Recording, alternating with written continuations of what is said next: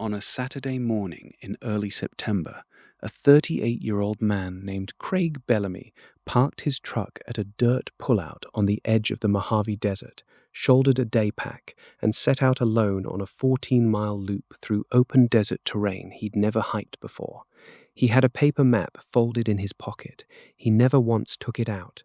This is the story of the several hours before that, the specific escalating symptoms he ignored, one after another, and the particular kind of stubbornness that made turning around feel to him like a worse outcome than not turning around at all. Craig Bellamy was, by most measures, in decent shape for a man in his late 30s, not an athlete, but someone who ran a few times a week, had done a handful of moderate day hikes in cooler regions over the years, and thought of himself in the specific way a lot of people do without ever really testing it, as someone who could handle physical discomfort better than most. He wasn't reckless by disposition. He'd worked construction for over a decade, had a habit of finishing jobs other guys walked away from, and carried a particular, deeply ingrained belief about what it meant to push through difficulty rather than back away from it, a belief less articulated than simply lived, absorbed over years from his father, from co-workers, from a version of masculinity that treated discomfort as something to be defeated rather than managed. Turning back from something you'd set out to do wasn't, in his mind, a decision. It was a failure. He'd picked this specific loop somewhat impulsively after seeing a photo online from another hiker a few weeks earlier, a striking, remote stretch of open Mojave terrain, far enough from any main road or trailhead facility that it promised the kind of solitude he specifically wanted that weekend. He told exactly one person, a co-worker, a rough plan the night before. Doing a hike out past the highway tomorrow. Should be back by dinner. He did not specify the trail. He did not specify a route. He did not leave any detailed plan with his wife, who was out of town that weekend visiting her sister. Craig packed the night before, quickly, the way a confident, moderately experienced hiker often does when a trip feels routine rather than remarkable. 2 1-liter bottles of water, a couple of protein bars, a light jacket he didn't end up needing, sunglasses, and a paper map he'd printed from a trail website, folded into a rear pocket of his pack more out of habit than any real intention to consult it during the hike itself. 2 liters for a 14-mile loop in the open Mojave Desert in September, a month that in this specific stretch of desert still regularly produces daytime highs well above 100 degrees, with little to no shade across most of the terrain he'd chosen. Standard desert hiking guidance for conditions like these calls for roughly 1 liter of water per hour of activity in serious heat, meaning a hike likely to take 6 or more hours demanded considerably more than what he'd packed, even before accounting for any margin of error. He hadn't specifically researched water requirements for this trail.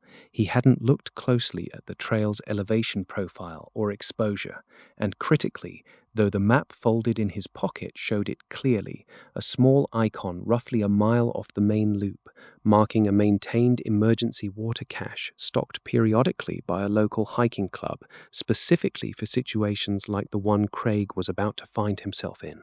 He never took the map out to look. He started a little before 8 in the morning, later than ideal for a desert hike of this length in September, but not unreasonably so. The temperature at the trailhead a manageable 82 degrees, with a clear sky and the kind of early golden light that made the open desert terrain genuinely beautiful. The first 2 hours went well. Craig moved at a strong, confident pace, covering close to 5 miles by 10 a.m., stopping occasionally for photos of the terrain's stark rock formations and scattered creosote bush, drinking from his water bottles at a rate that felt, to him, entirely reasonable. By 10 a.m., working through the heat that had already climbed into the low 90s, one of his 2 bottles was empty. The first real signal that something was off arrived a little before 10:30. A headache, dull at first, the kind easy to attribute to sun glare or simple exertion rather than anything more specific. Craig noted it mentally and kept walking. By 11, The headache had intensified, and he'd begun to notice his mouth had gone persistently, uncomfortably dry in a way that drinking small sips from his rapidly diminishing second bottle wasn't meaningfully relieving. This is, medically, one of the clearest early indicators of significant fluid loss outpacing intake, the body's thirst mechanism working as intended, signaling a deficit that needed to be addressed immediately and substantially, not managed with small, delayed sips. Craig's internal response to these signals was not alarm. It was something closer to irritation. Irritation at his own body, at what felt to him like weakness showing up at an inconvenient time on a hike he'd specifically chosen because it was supposed to be a good day. He thought, in his own words, later reconstructed from what he told the co-worker who'd have been the last to hear from him, "Real men don't turn around over a headache."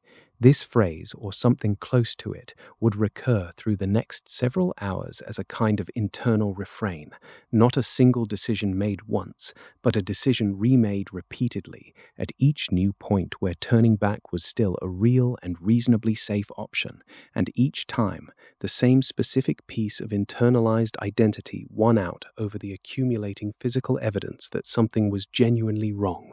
By noon, roughly 7 miles in, the true midpoint of the loop, and the point beyond which continuing forward and turning back required covering almost exactly the same distance either way, his second bottle was empty.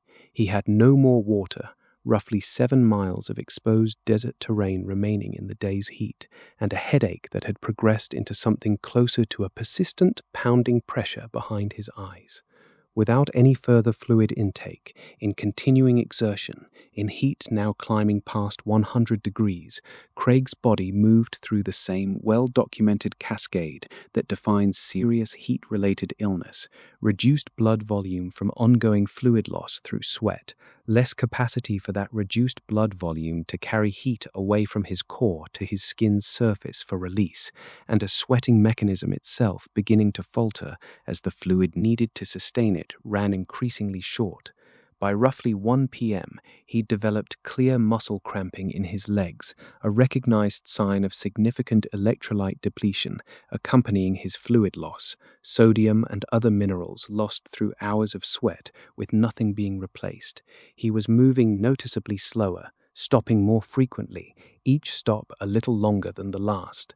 At around 1:30, he later would have been able to describe, had he lived to describe it, a moment of genuine clarity, where he recognized, at least partially, how serious his situation had become. He sat down in what negligible shade a low rock formation offered, catching his breath, aware enough to consider his options. He did not have cell signal. He had no water left.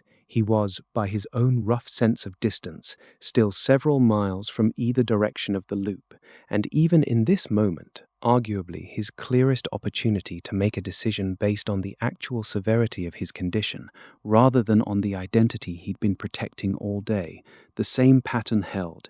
He told himself he was close enough to push through. He stood up and kept walking in the direction that continued the loop rather than backtracking, because backtracking at this point felt to him like conceding something he still wasn't willing to concede.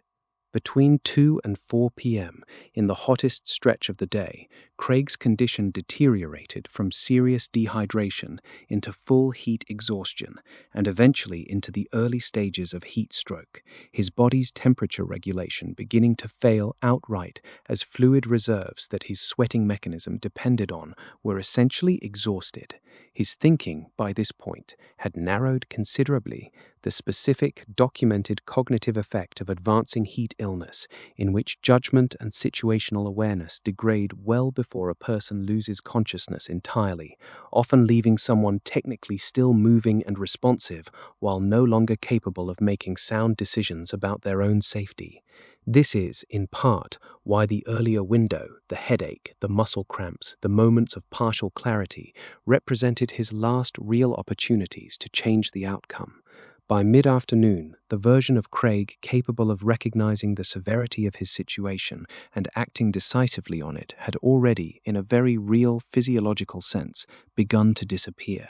He continued along the trail in a slow, stumbling fashion for a period that likely spanned another hour or more, based on the eventual distance covered between his last confirmed position and where he was ultimately found.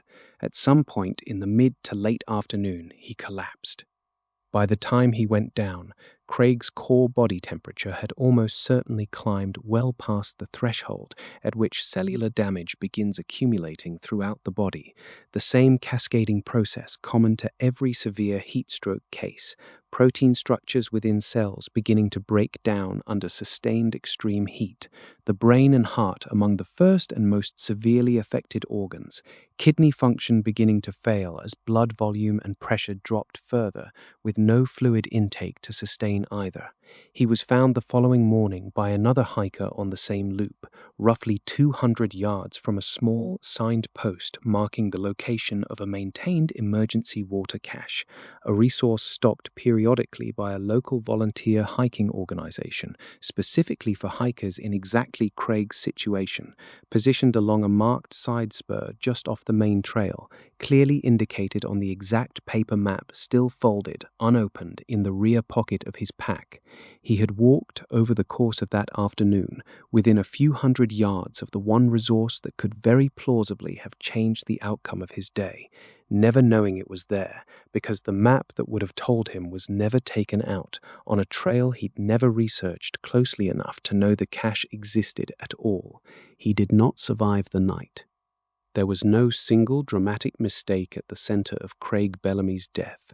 There was a pack under-provisioned for the specific heat and distance of a trail he hadn't researched closely, a map carried but never consulted, and a specific, deeply held belief that turning back was a form of failure rather than a reasonable response to genuine physical danger that shaped every decision point along the way, remade over and over across several hours, each time in favor of continuing rather than the safer option still available at that moment.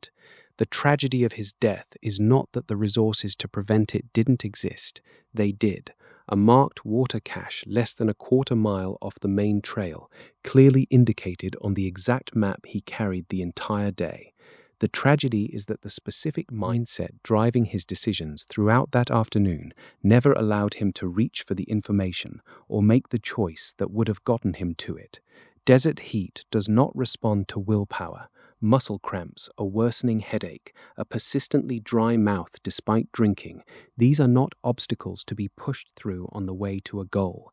They are the body's own warning system, functioning exactly as it's supposed to, and the only correct response to them, particularly stacked together, is to stop and turn back, while turning back is still a genuinely safe option.